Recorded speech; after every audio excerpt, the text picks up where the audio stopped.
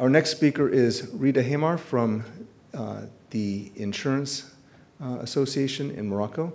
He's been involved in pioneering work bringing a very conservative, very highly skilled sector of the economy into thinking about climate change risks.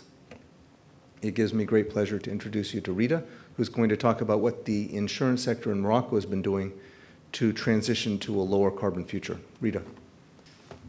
Mesdames et messieurs, bonjour. Je m'appelle Rida Hamar, je suis chargé de mission à l'autorité de contrôle des assurances et de la prévoyance sociale auprès du président de l'autorité, M. Hassan Boubrik. Aujourd'hui, je suis content de vous présenter l'importance de la régulation en assurance pour la construction d'une société plus résiliente. Mais tout d'abord, permettez-moi de vous présenter ce que c'est que l'autorité de contrôle des assurances et de la prévoyance sociale. C'est une autorité qui a été récemment rendue autonome et dont l'objectif principal est de protéger les assurés par différents mécanismes. Aujourd'hui, je vais vous parler tout d'abord de comment réduire l'insuffisance en protection, des assurances par le secteur et par la régulation.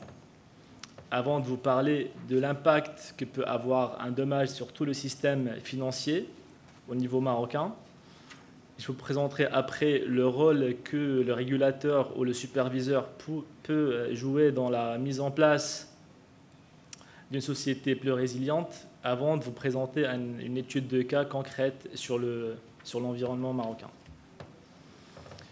Selon l'étude de Swiss Re sur 2016 qui porte sur l'exercice de 2015, l'écart entre les dommages assurés et les dommages totaux a augmenté au fil des 35 dernières années. Si on regarde de 1980 à 2015, l'écart n'a pas cessé de grandir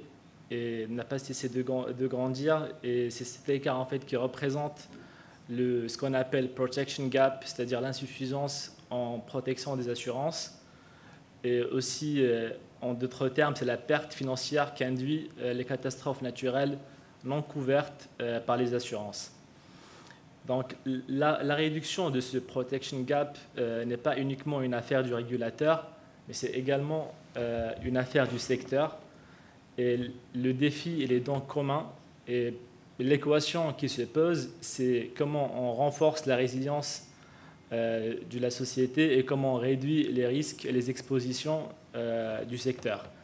Donc, pour apporter comme une première solution, comme un couple de solutions à cette équation, les premiers éléments consistent à augmenter l'accès aux produits des assurances, à maintenir les prix abordables et aussi à supporter toutes les solutions d'assurabilité pour les produits nouveaux. Et du côté du secteur, ce qui doit se mettre en place, c'est plus une meilleure maîtrise du risque, une proposition de solutions innovantes, une mise en place préventive des actions et aussi une réorientation des investisseurs et des investissements vers les actifs verts et vers les projets plus résilients. Le secteur marocain des assurances est le premier dans le monde arabe en termes de taux de pénétration et le deuxième marché africain en termes de chiffre d'affaires. Il représente à peu près 34 milliards de dirhams avec des actifs sous gestion de l'ordre de 100 milliards de dirhams. Mais comme je viens de le dire, un dommage n'est pas uniquement l'affaire d'une compagnie d'assurance. Encore, il faut que le dommage soit assuré pour qu'il en soit question. Et deuxièmement, le dommage peut impacter tout le système financier. Là, je vous montre un mapping qui a été réalisé par la Banque d'Angleterre et qui montre comment un dommage assuré ou non assuré peut impacter tout le système financier.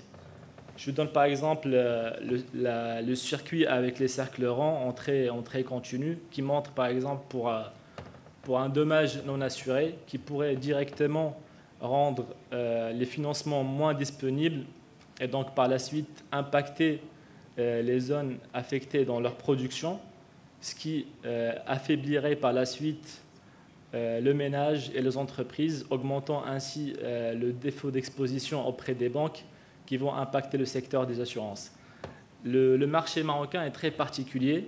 Et selon la dernière étude, selon le dernier rapport de la Banque centrale marocaine, Banque Al-Maghrib, le rapport de stabilité financière montre que l'indice de vulnérabilité des compagnies d'assurance envers le secteur bancaire est très très élevé, ce qui fait que l'interconnexion entre le secteur bancaire et assurantiel est très importante.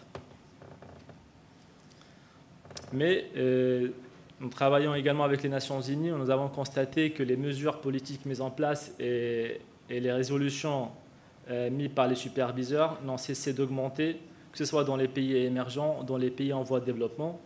À la fin de l'exercice 2016, nous comptons à peu près 10% des mesures mises en place qui sont spécifiques au secteur assurantiel.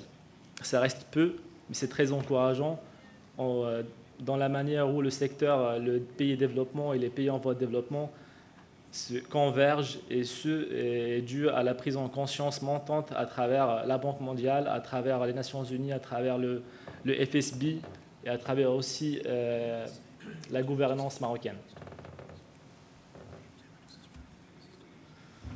Par la suite, je voudrais vous montrer comment la régulation et la supervision pourraient impacter les domaines qui amélioreraient la résilience de la société.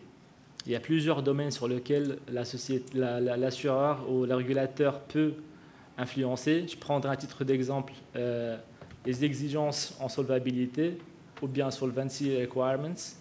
Et là, par exemple, nous avons plusieurs aspects. Nous avons le risk management, dans la mesure où le superviseur peut imposer à l'entreprise d'assurance de mieux définir, évaluer et gérer ses risques par la mise en place d'un risk management framework adapté à toute l'entreprise. Et comme autre mesure, c'est l'allègement des fonds propres. Là, par exemple, il y a l'expérience européenne de réglementation Solvency II, où ils ont défini comme classe d'actifs la classe d'actifs infrastructure. Par exemple, soyons plus concrets, aujourd'hui dans la réglementation européenne, investir 100 millions dans une société non cotée qui investit dans l'infrastructure vous coûterait 49 millions en fonds propres. Avec la mise en place de la classe d'actifs infrastructure, le coût en capital a été réduit en passant de 49 à 39%. D'autres aspects pourront par exemple aider à mieux rendre la société résiliente, comme les Insurance Linked Securities, par exemple les obligations catastrophes. Ce n'est pas encore mis en place au Maroc, mais ce sont des projets qui verront le jour.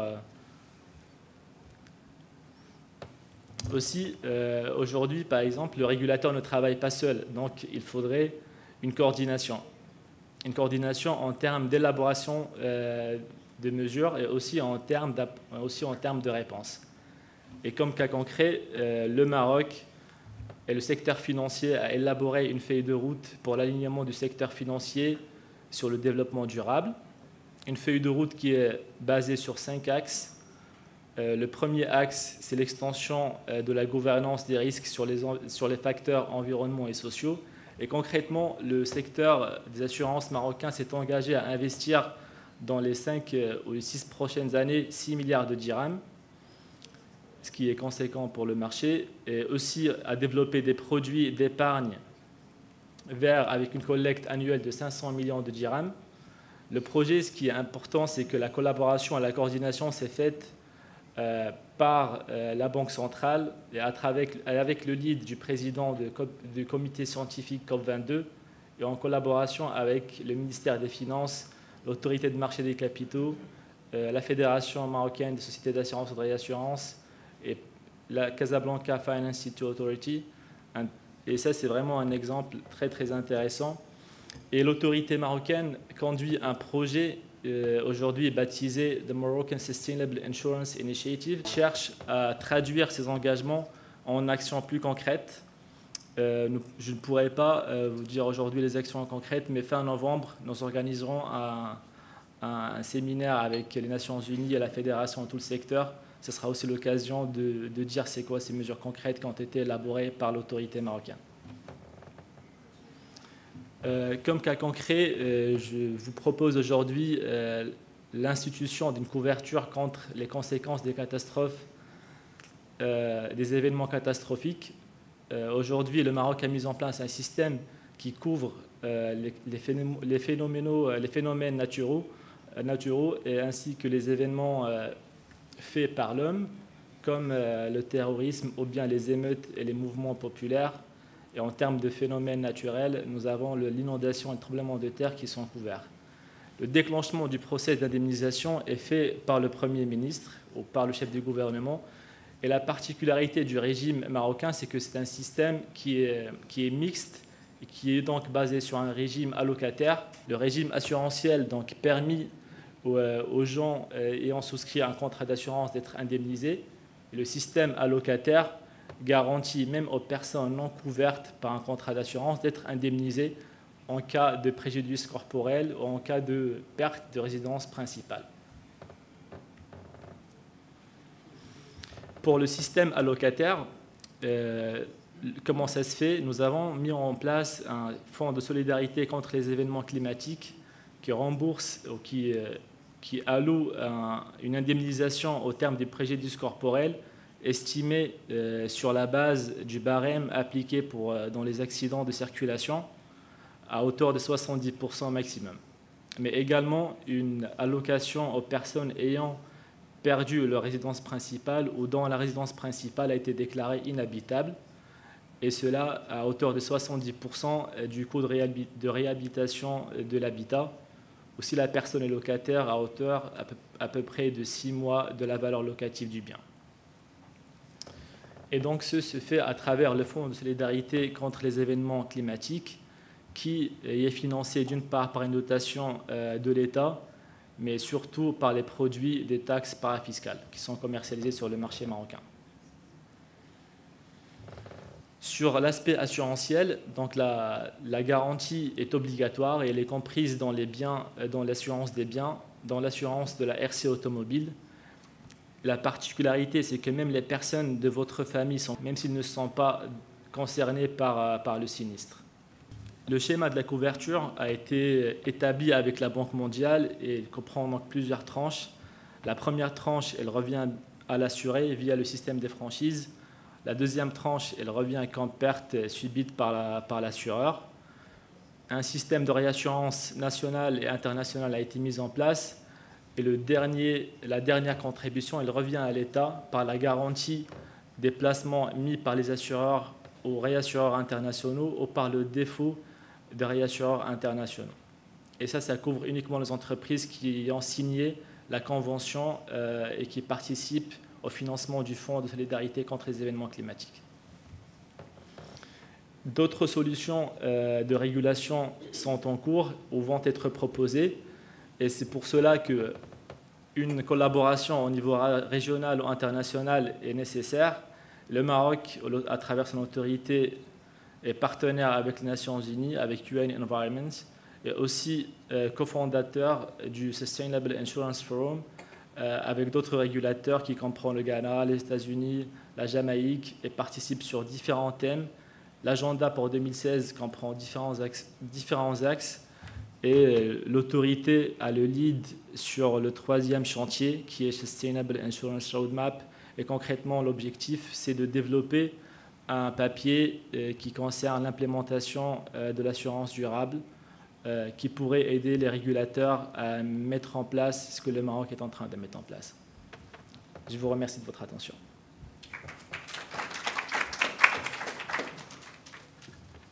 Thank you very much, Rita. Well, thank you very much for setting an example for the rest of the world in leading reform of the insurance sector with a view toward climate risks.